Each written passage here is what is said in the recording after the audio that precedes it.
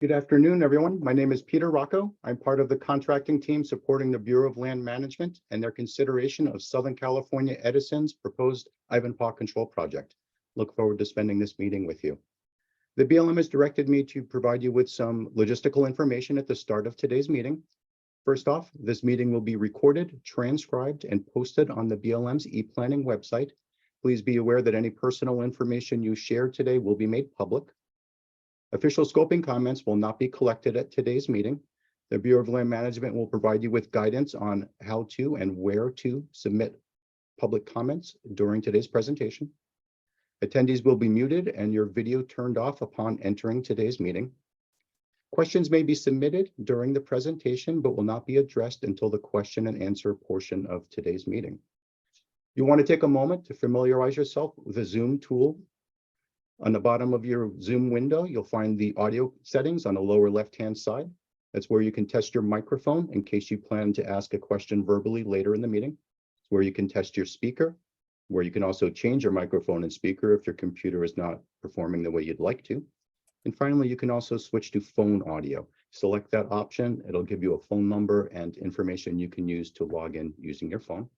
If you use that approach, please remember to mute your computer microphone and lower your speakers so you don't have any feedback issues. There's also a question and answer tool available. It's the primary way to submit any technical difficulties you may be having. It's where you can register to ask a question. It's where you can also post a question that we can ask on your behalf during the question and answer period. If you're calling in only, you can register to ask a question by pressing *9 on your phone. That'll raise your hand, we'll add you to the question queue, and then lower your hand. Finally, your last Zoom tool is the option to turn on a live transcript. Our team will do the best to help you with any technical difficulties you're having, but please be aware that we're unable to help with any phone issues.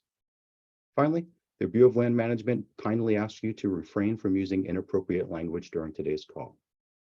And with that, I'd like to introduce you to Joan Petrosky, the BLM's project manager. Joan? Thank you, Peter. Hello, everyone. On behalf of the Bureau of Land Management, we would like to welcome you to this public scoping meeting regarding the proposed Ivanpah-Control transmission line project. My name is Joan Petrosky, and I'm a project manager from the Bureau of Land Management, California Desert District Office. Before we begin, we have some guidance rules for all to follow during this meeting. As mentioned, please be respectful and kind when listening. Everyone is strongly encouraged to participate. This is a public presentation, not a debate. We wish to hear from as many points of view. We are frequently hearing new and valuable information that may help us identify concerns and inform our decisions. A copy of this PowerPoint presentation is available online right now at our BLM e-planning website for viewing and download. As Peter mentioned, this meeting is being recorded and it will be made available via various media platforms, including the BLM e-planning website shortly after its recordation. Next. Here's our meeting overview. Our goals for this scoping meeting is to share project information and increase your awareness regarding the proposed Southern California Edison transmission line rating remediation project. This is the starting point for the Bureau of Land Management to involve you, the public. The BLM is the lead federal agency for this environmental analysis.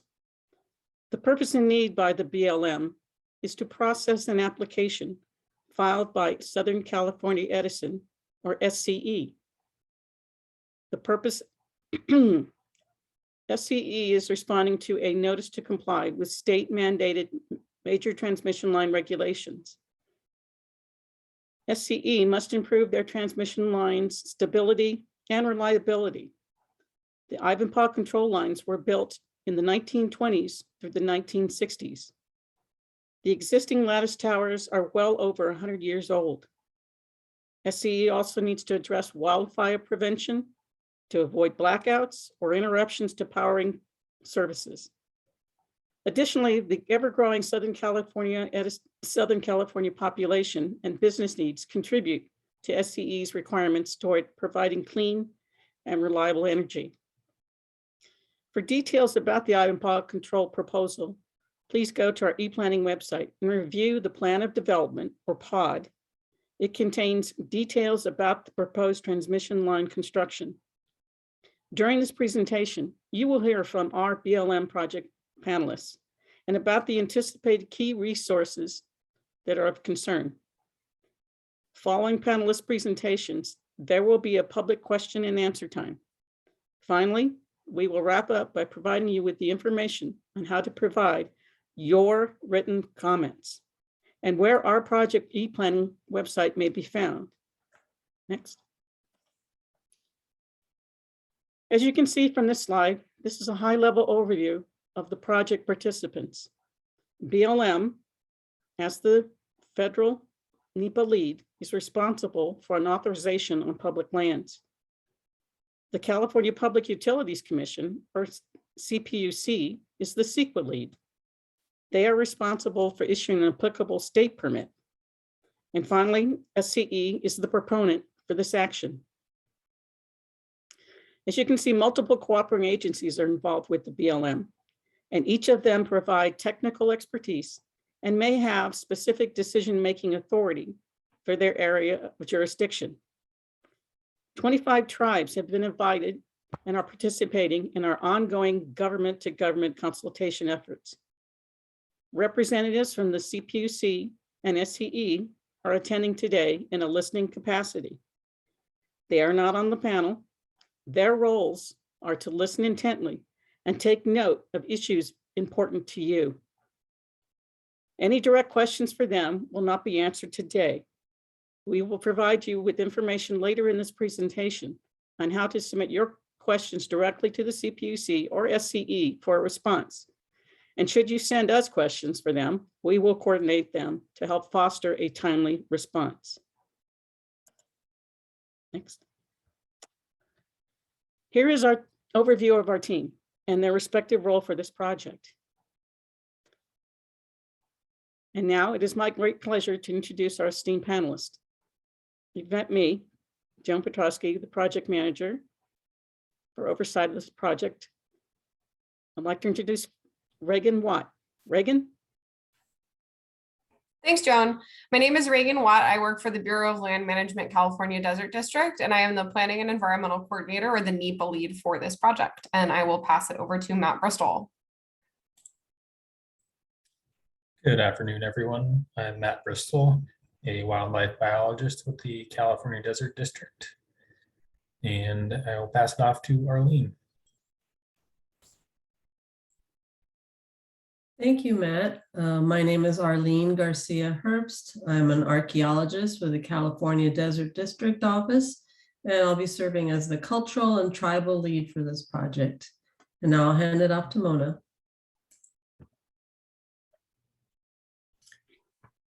Thank you, Arlene. My name is Ramona Daniels. I'm an outdoor rec planner and the visual resource lead on this project. So I am now going to pass it over to Peter Rocco. Thanks, Mona. I'm Peter Rocco. I'm part of the contracting team supporting the Bureau of Land Management. I'm the communication coordinator. Now I'll hand it back to Reagan Watt for the next part of our presentation. Thanks, Peter. So a little bit of an overview of the project. The Ivanpah-Control line shows here spans approximately 358 miles between the Ivanpah substation and the control substation in Southern California. The line is composed of 5 geographic segments spanning Inyokern and San Bernardino County, as well as the city of Barstow. The 5 geographic segments are denoted as 1, 2, 3N or 3 North, 3S or 3 South, and 4. The proposed design includes mitigation designed to reduce impacts. 40 CFR 1528.1S, a section of the Code of Federal Regulations for Protection of the Environment, defines mitigation as measures that avoid, minimize, or compensate for effects caused by a proposed action or alternatives, as described in an environmental document or record of decision, and that have a nexus to those effects. While NEPA requires consideration of mitigation, it does not mandate the form or adoption of any mitigation.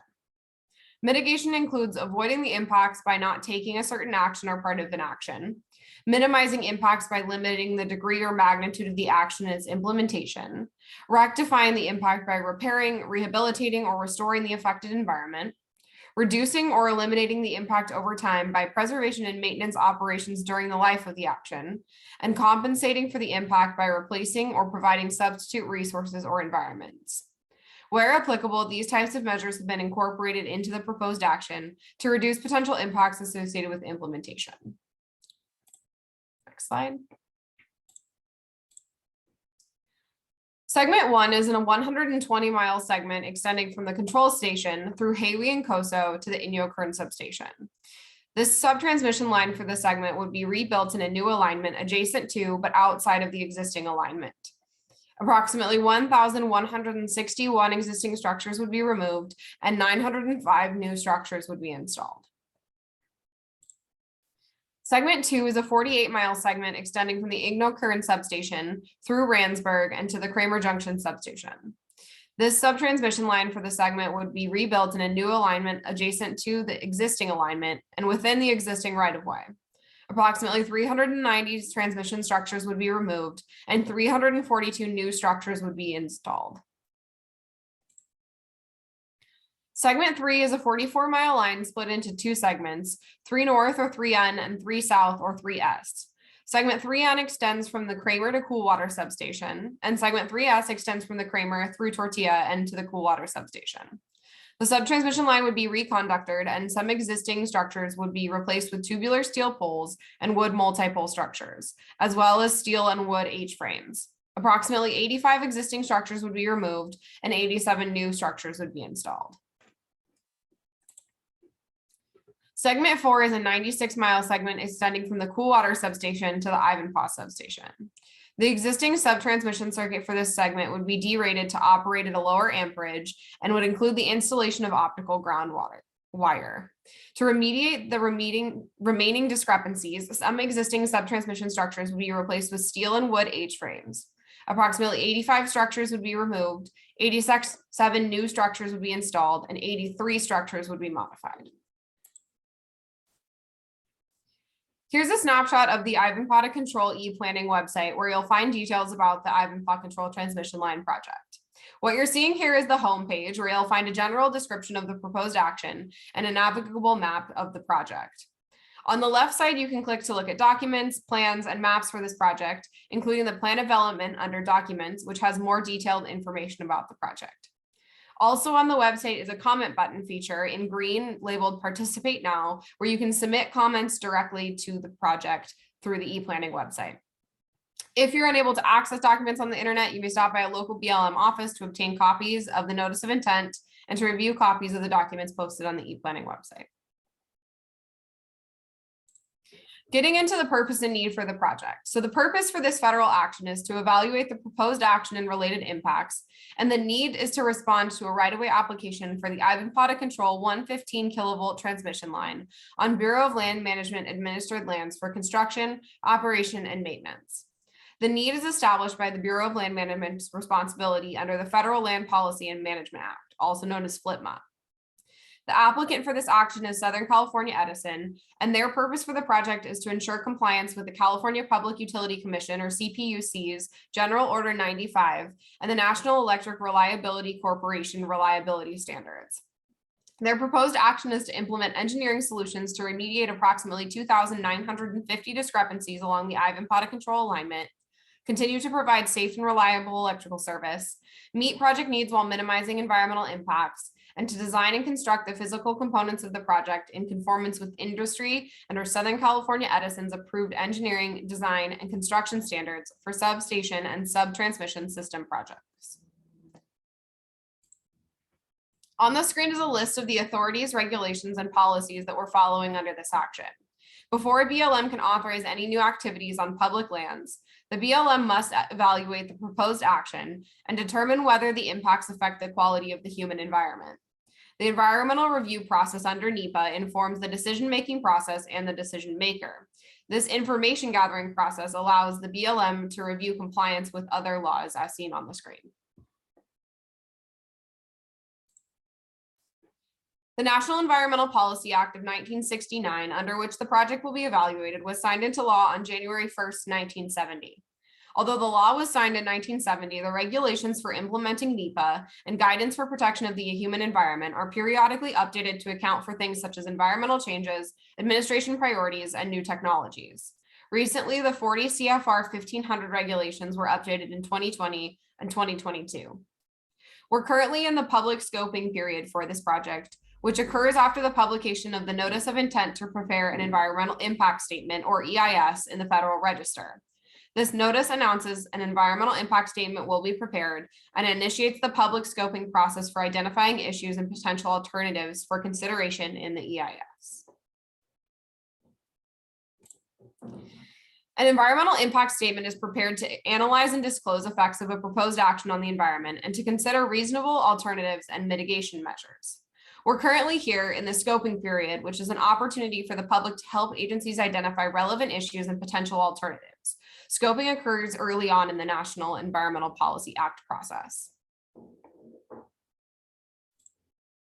The BLM anticipates analyzing the following key resource issues, which will be discussed by the resource specialists throughout this presentation. Disturbance in areas of critical environmental concern, which I'll discuss on the next slide. Special status wildlife and vegetation species, which will be discussed by Matt Bristol, our wildlife and threatened, endangered, and sensitive species lead. Native American and cultural resources, which will be discussed by Arlene Garcia-Herbst, our cultural and tribal lead, and visual resources, which will be discussed by Mona Daniels, our visual resources lead. Areas of critical environmental concern. So this project crosses over 20 areas of critical environmental concern, and 4 ACECs pose the most challenge to mitigate due to existing levels of disturbance. Those are the Olancha Greasewood, the Cronasee Basin, the Superior Cronasee, and Shadow Valley 2. BLM follows processes prescribed by the Desert Renewable Energy Conservation Plan's conservation and management actions to minimize impacts to areas of critical environmental concern and to mitigate for disturbances over each ACEC's specific disturbance cap. BLM has database tracking systems to track cumulative disturbances to ACECs across all projects managed by the BLM. I'll now turn it over to Matt Bristol, the Wildlife and Threatened, Endangered, and Sensitive Species Lead, to discuss biological resources. Thank you, Reagan. I'll now go over some of the wildlife resources found in the project area. During the 2017 and 2018 surveys along the project alignment, 16 special status wildlife species were observed. The desert tortoise was the only federally listed species observed. Critical habitat for the desert tortoise also overlaps with the project area. 8 BLM sensitive species were observed, including the northern sagebrush lizard, golden eagle, bald eagle, burrowing owl, Swainson's hawk, gilded flicker, bank swallow, and desert bighorn sheep. Mojave ground squirrel was not observed during the surveys, but we expect it to occur in the project area. Next slide. Now we'll look at some of the botanical resources found in the project area. 24 special status plant species were observed during surveys. 11 BLM sensitive species were observed, including the Parrish's popcorn flower, red rock poppy, Barstow woolly sunflower, desert Cymopteris, and Mojave minodora.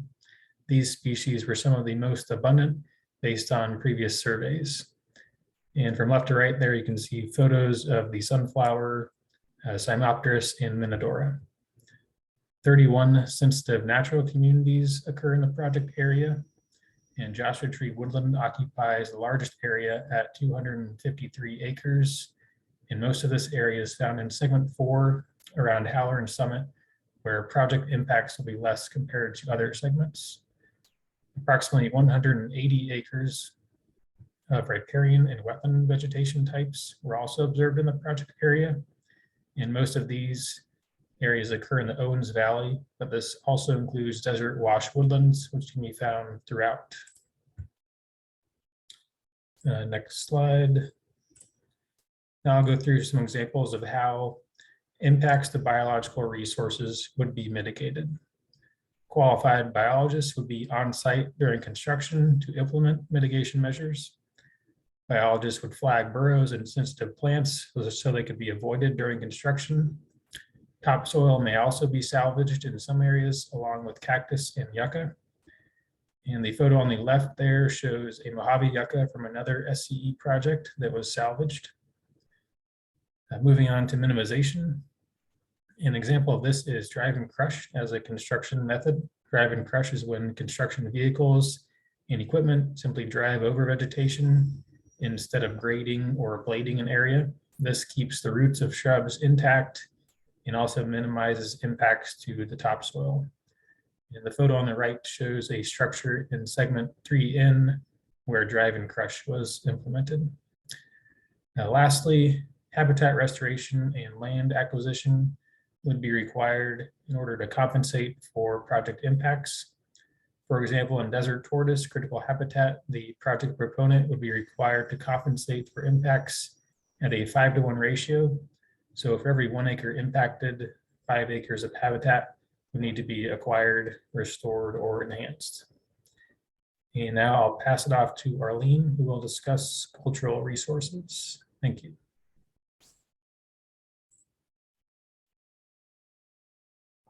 Thanks, Matt.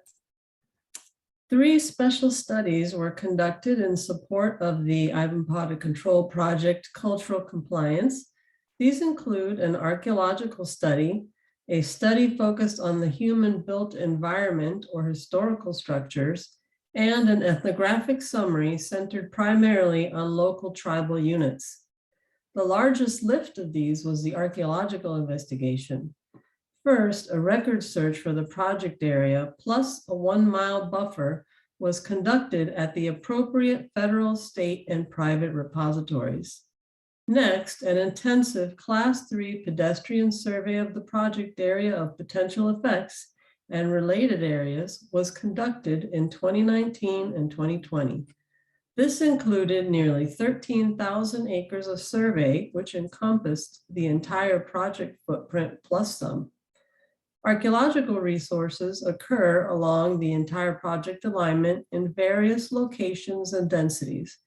This includes 809 archaeological sites. Of those, 128 sites were already listed on or are recommended for listing on the National Register of Historic Places.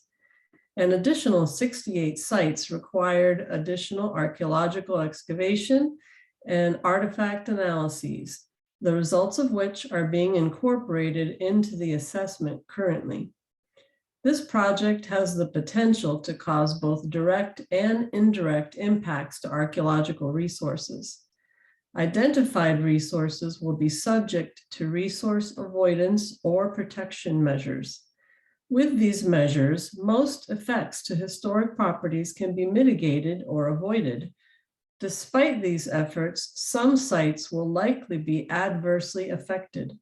Where a historic property will be adversely affected, its treatment or mitigation will be addressed during formal consultation with vested tribes and the Office of Historic Preservation.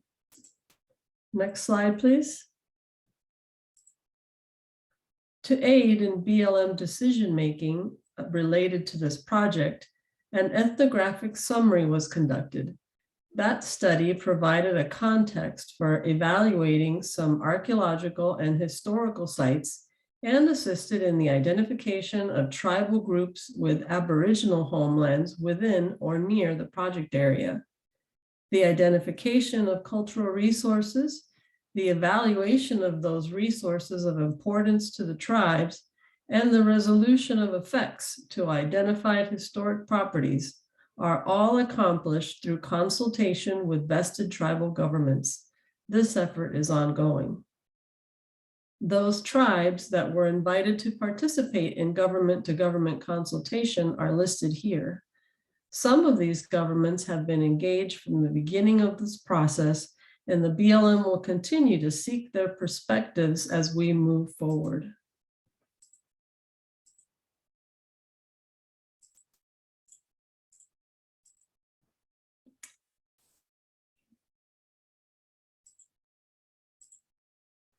To identify historic built environment properties located within the area of potential effect, A record search of the respective information centers and land managing agencies was conducted. This was followed by a desktop survey of the historic built environment using Google Earth aerial views, historic aerial imagery, and other available data layers. Resources identified by this effort were then evaluated for their significance and potential to be impacted by project activities. These findings are reported in the confidential Historic Built Environment Report. Historical built resources occur along the entire project alignment at many locations. Through avoidance and protection measures, most effects to historical resources or historic properties can be avoided. Although regardless of our efforts, there will be direct and indirect impacts to historical resources that occur along the alignment, since the transmission line itself is an eligible property. And now I'll hand it off to Mona to discuss visual resources. What are visual resources? Well, BLM's policy requires that all projects be reviewed for potential effects on scenic values. This is referred to as Visual Resource Management, or VRM. There are 4 VRM classes, with Class 1 having the highest scenic value, and those lands are usually the most sensitive. The Ivanpah-Control alignment is contained within Visual Resource Management Classes 3 and Class 4. There are no Class 1 or Class 2 areas within the project boundary. Class 3 objective is to partially retain the existing character of the landscape. The level of change to the characteristic landscape should be moderate. Management activities attract attention but should not dominate the view of the casual observer. Changes should repeat the basic elements found in the predominant natural features of the characteristic landscape. Class 4 objective is to provide for management activities which require major modification of the existing character of the landscape. The level of change to the characteristic landscape can be high. These management activities may dominate the view and be of major focus of the viewer's attention. However, every attempt should be made to minimize the impact of these activities through minimal disturbance, proper location, and repeating the basic elements of line, form, color, and texture. Visual simulations were prepared for the project in order to support the impact analysis and illustrate before and after visual conditions in the project area as seen from 40 key observation points, some of the pictures that you're seeing in this presentation. The KOPs represent views where the project would be most visible to the public from sensitive locations such as wild and scenic rivers, wilderness areas, designated scenic roads, recreation sites, views from residential areas, or unique public land resources such as national monuments or areas of critical environmental concern. Photographic simulations document changes as seen from the KOPs and provide the basics for evaluating potential visual effects associated with the proposed project. In this slide, you can see a small home in the community of Randsburg, and behind, above the right wall of the structure, is located one of many SCE towers within the town. Next slide, please. Implementation of best management practices would avoid or reduce potential visual impacts associated with this project.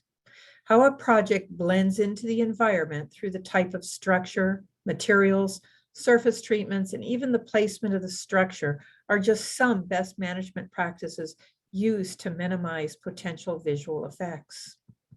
A VRM specialist must be familiar with the landscape and be able to imagine changes which may occur to the area during construction and after the project's completion. They must be able to identify both short-term and long-term effects, such as the appearance of work crews along the alignment, staging and working area impacts, and stringing sites noticeable to the sensitive viewers, such as residents, motorists, and recreational visitors. The images within this slide are two examples of the same area as seen from different directions. When working in an area where granitic mountains and large land skyscapes are present, soft blues, grays, or dark creams can disappear into the landscape better than darker poles, which are best used to blend into vegetated or timbered areas and mimic the look of old telephone poles. In the lower left, northbound image, you can see an arrow pointing to a gray pole immediately next to a dark pole. Which one is your eye drawn to? In the southbound image, the gray pole is directly in front of the driver. However, the eye is still drawn to the darker pole on the right. The three towers were colored in a dark oxidized stain and present a strong appearance against the background. Next slide, please. Improving visual resources of a project can be completed by minimizing disturbed areas and conducting restoration through the manipulation of plants and rocks, which blend impacts into the surrounding landscape settings, reducing visual contrast and potential visibility of these areas. Again, the proposed project exists in a visual resource management class 3 and class 4 area and should maintain consistency with these existing classifications. And when possible, make improvement and decisions that trend impacts toward lower class ranges. In this slide, you can see a few examples of the replacement structures like those proposed for the project. They could include doled or colorized galvanized steel or other materials. Additionally, they could have non-reflective overhead lines and non-reflective condensers. The proposed action addresses replacing the current lattice structures with an approximately 20-foot taller tubular structure, which would occur in a much smaller footprint on the ground. Next slide, please. Construction activities and new poles would be noticeable to local residents, motorists, and visitors. These two slides are of an area in Ridgecrest Field Office. The image on the left is of an area as the area appears today, and the visual simulation of what the area could look like is on the right. A simulation helps specialists have an idea of how a project will look following construction. Within the proposed project, the distance between towers will be increased. This is the reason why there is no tower in the foreground of the right image. Additionally, the newer poles have a shorter arm length, thereby pulling the lines closer together and creating the appearance of less vertical overhead lines. It is our goal to have a well-designed project which is consistent with our VRM classes, which minimizes the impacts to visual resources, including both skyscapes and landscapes within scenic and highly sensitive areas, as well as other unique natural areas. Now I'm going to hand it off to Peter Rocco. Thanks, Mona. I want to thank our panelists for all of their hard work putting together today's presentation. We're going to go over some logistical matters before we get into the question and answer period. First off, we will start off with questions from members of the public who posted questions when they registered for today's meeting. Then we'll move on to questions that folks registered to ask using the question and answer tool or by pressing *9 if they're called in. The question order will be posted, and we will read any questions that are submitted via the question and answer tool. If you registered to ask a question verbally, we will call your name and send you a request to unmute yourself. If you're on your computer, you'll select unmute. If you're on your phone, you'll press *6. You'll have 3 minutes to ask your question if you're asking verbally, at which point I'll mute you and allow the BLM to respond. Remember, your questions and information shared are public. A quick recap of the audio controls on the lower left-hand side. That's where you can test your microphone and your speaker, and you can switch to phone audio if you're finding that your microphone and speaker are not working. Remember, if you do so, to turn off your computer, microphone, and speaker to avoid any feedback. And then the question and answer tool on the right-hand side, that's where you can register to ask a question, or you can post a question for us to ask on your behalf. Again, if you're calling in, you can press *9 to raise your hand. We'll add you to the question queue. And then you'll press *6 when we ask you to unmute. I'll hand back to Joan Petrosky for a few other pieces of information. Thank you, Peter, and thanks to our project panelists for their presentations. We hope it provided a lot of information to you, the public, and will stem a lot of questions and comments.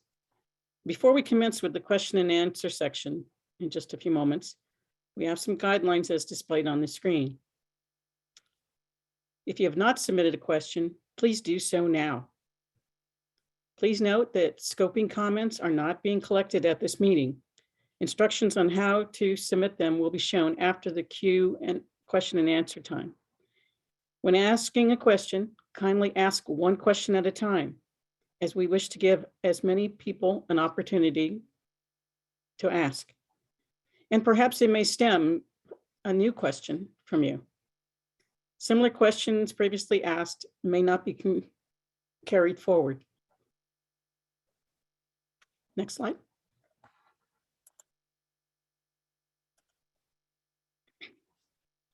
The BLM wishes to hear from you, the public. It's your public lands. Out of respect for everyone's participation input, we will be using the following guidelines. Be respectful and kind when listening and asking your question. All are strongly encouraged to participate. When you speak, kindly state your name and where you live. Stay within your allotted time frame so everyone has a chance. Also, please refrain from any profanity or inappropriate language. If guidelines are not followed, your microphone will be muted and we will move on to the next participant. Next slide. Again, thanks so much for your cooperation and patience. While Peter brings up our moderator brings up the question and queue, please be prepared when your name is called. As mentioned earlier, we are at a starting point.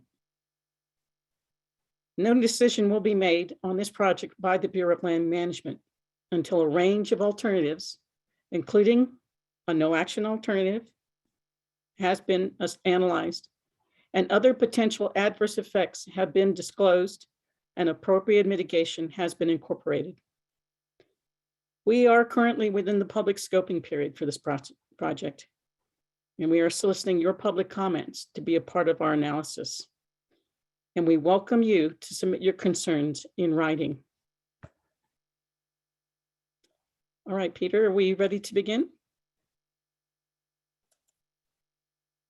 Yes, Joan, we are. All right, folks, a quick review of the information you have in front of you. This is the question queue. Along the second row here, we can see the names of the panelists who will be answering your questions. Along row 4, you'll find information on how to submit comments. That will be repeated later in the presentation. And then underneath that, you'll see our question queue that we have lined up. Starting off with questions that were posted via registration. Jorg Fogg asks, what is the projected timeline for this project? And Joan, you are designated as respondent for that. Thank you, Jorn, for your question. It's a great question. First off, the project timeline for the EIS is roughly a 2-year period. With the notice of intent publication, it started the 2-year clock. We anticipate to have a draft EIS by the summer of 2024, and hopefully a final EIS by the summer of 2023 on the draft, and a final by the summer of 2024, Following the scoping meeting and the comment period, which ends on January 3rd, we will gather all of the comments submitted and we'll work to earn a summary of that. As far as the construction, if the project is approved, our understanding is work would not concur until 2025 by Southern California Edison, and would take several years. For more details on the construction, again, I ask that you take a look at the plan of development, as that shows a lot of information and can help potentially stem in even more questions, and we'd like to hear from you. Thank you. All right, moving on to question 2 from Rose Wynn, who submitted it via registration. She asks, will this project impact any motorized recreation routes or access to routes during project prep, implementation, or follow-up? So all 4 offices that this alignment goes through are well aware of the routes that will be affected. Where possible, there will be detours. Most of the routes will be kept available and open for SRPs and visitors. However, we do ask that everybody take their time and be aware that work is occurring out there. And if needed, stop by your BLM office and pick up the recreation maps that can help you determine where you're going to go to avoid these areas. Thank you. All right, moving on to question 3, posted by Kara Matsumoto. She asks, request for a 10-day extension of scoping comments. Reagan? Thanks, Peter. So at this time, we have a scoping period of 47 days, which is in addition to what is required under NEPA of 45 days. We do not anticipate that we will extend the comment period at this time, but you're welcome to submit a comment in writing asking for it to be extended.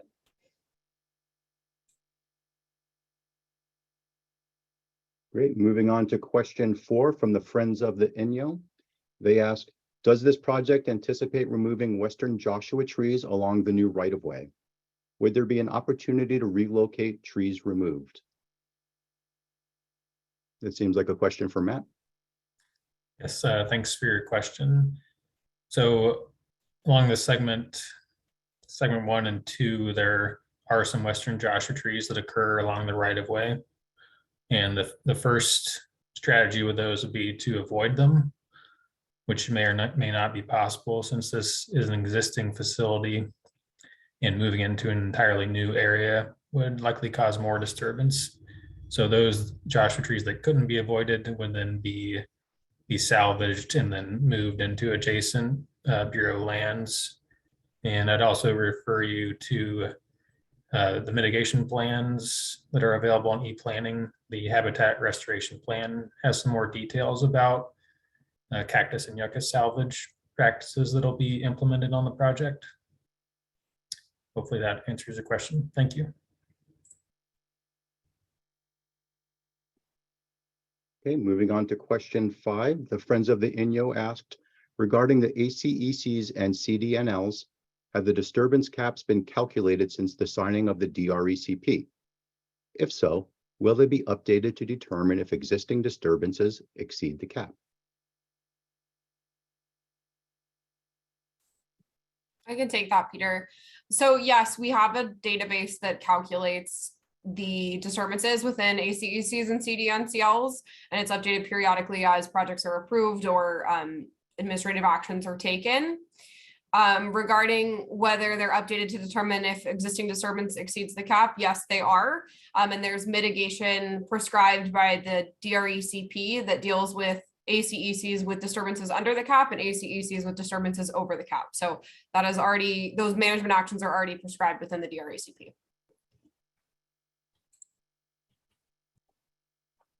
Great, thank you. Just a reminder on how to submit questions. You can use the question and answer tool on the bottom of your window to register to ask a question or post one for us to ask on your behalf. If you're called in, you can press *9, that'll raise your hand. We'll add your phone number to the question queue and then call on you when it's your turn. Moving on to question number 6 from the Friends of the Inyo. They ask, Mojave ground squirrels are generally only detected at night via trapping, so it is no surprise that they were not detected during surveys. Is there coordination with the CDFW on their surveys?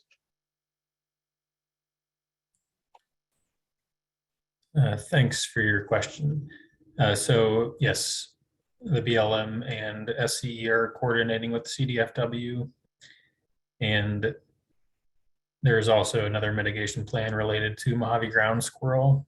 So I would refer you to that as well to see some of the mitigation strategies for that species in particular. Thanks for your question.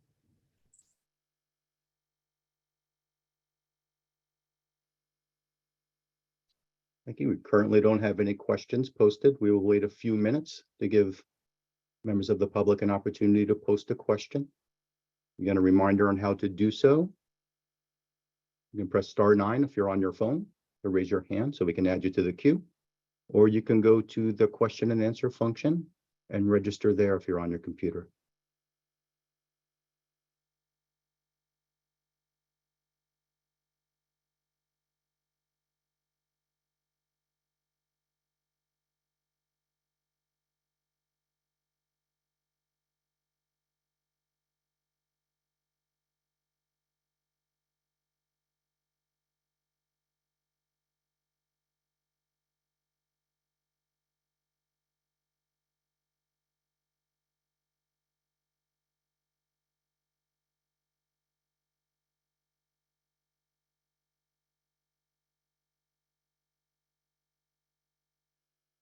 All right, the Friends of the Inyo have a follow-up question. I'm going to allow you to talk. You should get a message that is asking you to unmute. When you receive that, you'll have 3 minutes to ask your question. Hi, thanks for that. For some reason, I don't see a raised hand feature on my Zoom today. I just wanted to clarify the request for a 10-day extension. There was a letter from 5 environmental organizations that was submitted to the BLM, and I just wanted to make sure I had the right email address and make sure that the interdisciplinary team had received that request. Thank you for your question. I'm not sure if Joan or if Reagan, you would be the best to answer. So we'll just verify as soon as we're done with the question and answer to make sure that you have the correct project email, unless the letter was submitted to field office or the district office.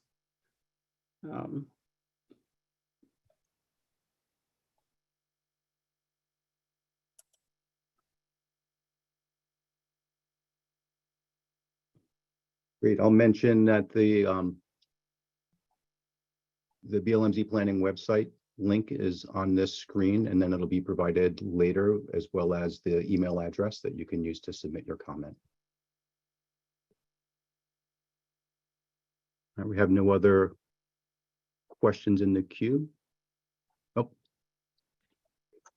we'll wait another 3 minutes to see if there's any other questions that come in.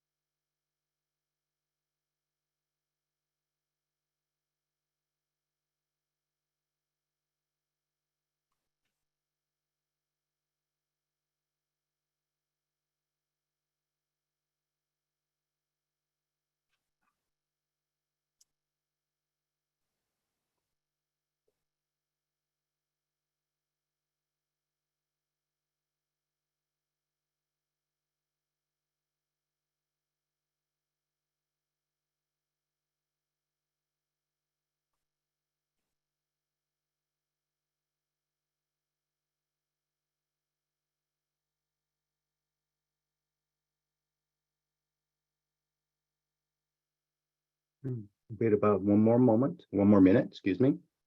Again, you can use the question and answer tool to register to ask a question verbally, where you can post a question for us to ask on your behalf. If you're calling in only, you can press *9. That is the way to raise your hand if you're calling in.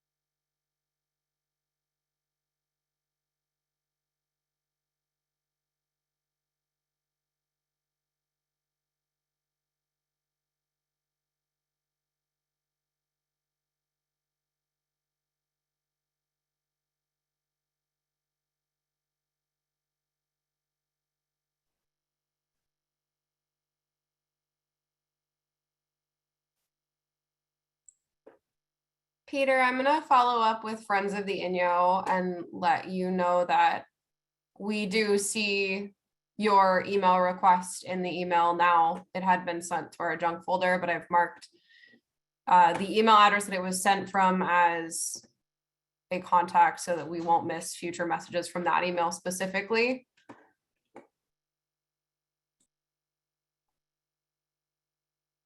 Great, Reagan. Thank you for following up there.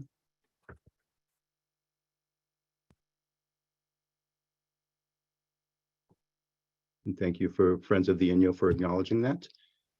And Joan, we have no further questions. Would you like to move on? Yes, Peter, let's.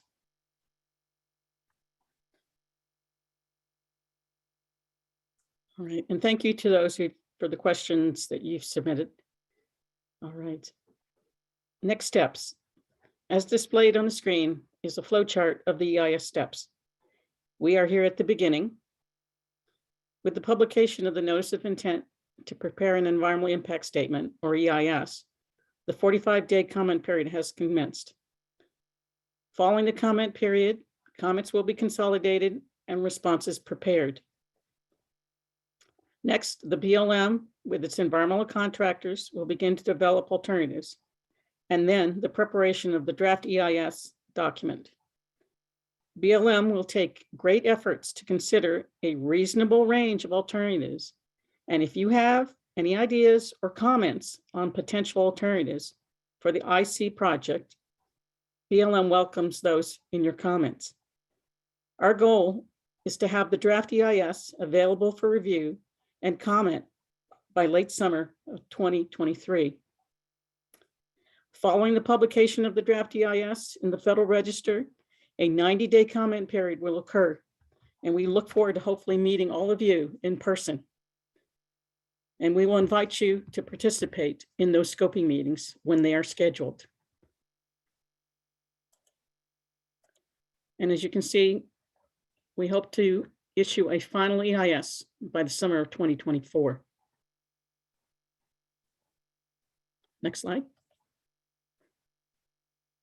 Folks, to assist you in effectively submitting your valuable written comments, we ask that you identify potentially affected resources, any applicable laws, policies, or regulations that we perhaps are missing, reasonably foreseeable actions relevant to this project, highlight any information or data that maybe we aren't considering, or, there's a lot of information out there.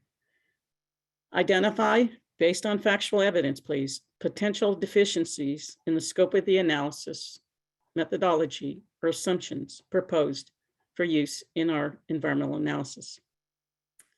Your comments will help the BLM determine significant issues that need to be analyzed in further detail. The BLM will publish a scoping report with a summary of the scoping efforts and comments received. In the environmental impact statement, the Bureau of Land Management will present comments that were identified, the alternatives, information, and analysis for the agency's consideration, and how they were addressed. Please take advantage of our e-planning website and view all of the documents readily available to you, especially the plan of development, the visual simulations, draft mitigation plans, and maps. And with that, over to Reagan Watt, our NEPA coordinator, who will show you how to briefly move around our BLM planning website for the Ivanpah-Control project. Reagan?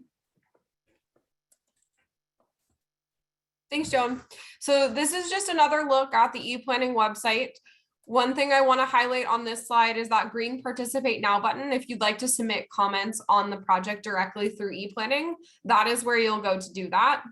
Joan will discuss more on the next slide about the other avenues to submit comments. All documents that are available for review right now to comment on are under the Documents tab.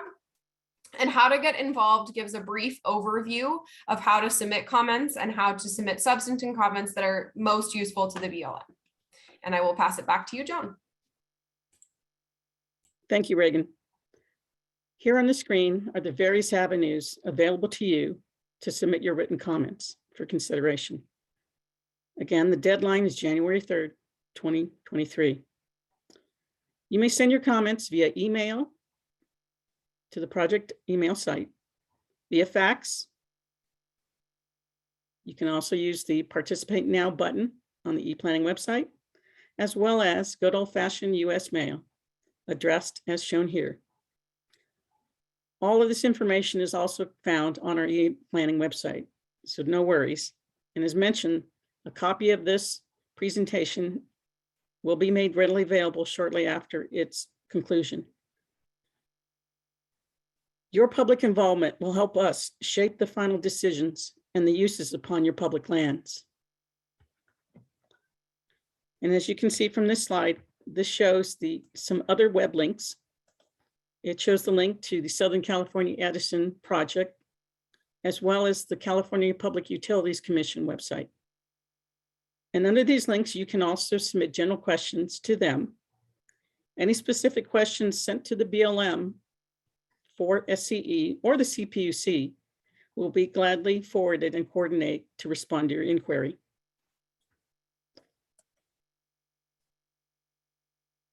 Next slide. For more information, here's the BLM e-planning website. Here you will find and be able to download, as I've mentioned, the plan of development, maps, visual simulations, and other documents to better inform you and others. Please pass the word out about this project. Should you wish to receive future updates and notifications regarding the Ivanpah-Control project, kindly submit your request to the project email shown here. And make sure to add our email to your address list to avoid our responses being sent to a spam box.